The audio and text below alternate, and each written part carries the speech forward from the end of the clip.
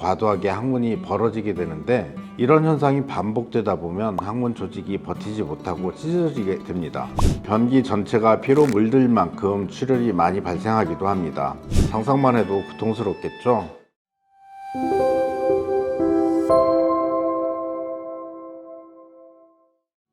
안녕하세요. 강서송도병원 김치석 병원장입니다. 아마 여러분 모두 변을 부드럽게 보지 못하고 고생한 적이 있으실 겁니다. 너무 과하게 힘을 주다 보면 순간 고통과 동시에 피가 묻어나오는 경우가 있죠. 이런 현상을 겪고 나면 그 다음에 변 보기가 겁나기도 하고 걱정이 들기도 하는데요.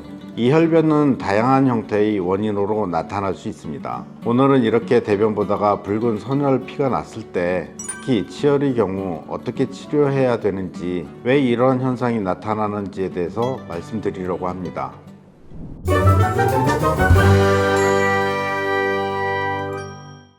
항문에서 붉은 피가 나는 주된 물리적인 원인은 바로 변비하고 설사입니다. 딱딱하고 굵은 변이 나오면서 과도하게 힘을 주게 되면 과도하게 항문이 벌어지게 되는데, 이런 현상이 반복되다 보면 항문 조직이 버티지 못하고 찢어지게 됩니다. 또 설사 시 변이 세게 나오면서 항문 점막에 세게 부딪혀서 찢어지는 경우가 생기게 되는데요. 상상만 해도 고통스럽겠죠?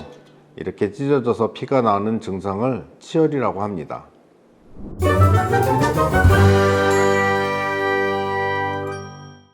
가장 대표적인 증상은 배변 시 날카롭고 찌르는 듯한 통증과 출혈이 나는 것입니다. 보통 휴지에 묻는 정도의 출혈도 있지만, 심한 경우에는 변기 전체가 피로 물들 만큼 출혈이 많이 발생하기도 합니다. 또한 배변 후 지속되는 뻐근한 통증과 염증으로 인한 진물, 염증으로 인한 부종으로 피부꼬리, 가려움증이 동반되기도 하는데요. 이것이 바로 치열의 증상입니다.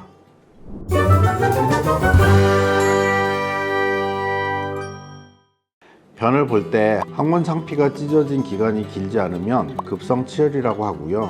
이 급성치열이 오래되면 찢어진 상처의 깊이가 깊어지고 뇌관략근이 노출이 되고 궤양이 형성이 되게 되면 만성치열로 발전하게 됩니다. 시간적으로 통상 4주 이상 지속된 치열을 만성치열이라고 합니다.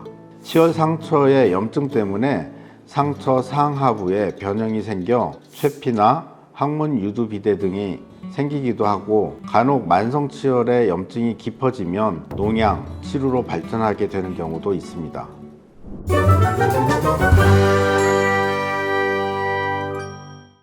단순히 찢어지기만 한 급성치열은 보존적인 치유가 가능하지만, 적절한 관리를 하지 않으면 출혈이나 통증이 더욱 심해지게 됩니다. 변을 볼 때마다 통증이 발생하면 배변 횟수를 줄이려고 식사량을 줄이는 경향이 생기고, 이로 인해 변비가 더욱 심해지는 악순환을 반복하게 됩니다. 약물치료, 식이요법, 온수자욕 등 초기 비수술적 치료에 실패하면 만성치열로 넘어가게 되고, 치열에 굳은 살이 생기고 항문이 좁아지면서 수술적 치료까지 시행해야 하는 상황에 이르게 됩니다.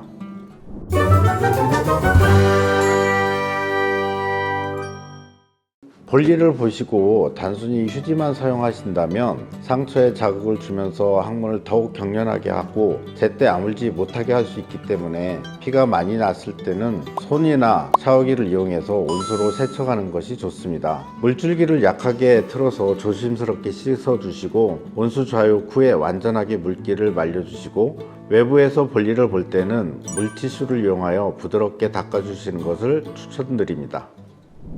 오늘은 치열에 대해서 알아보았는데요.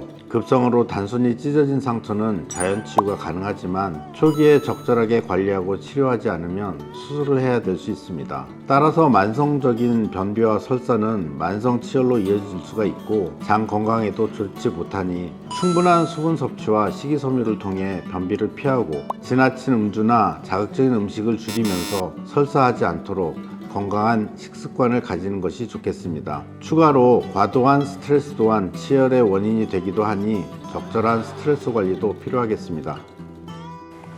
좋아요, 구독, 알람까지 부탁드립니다.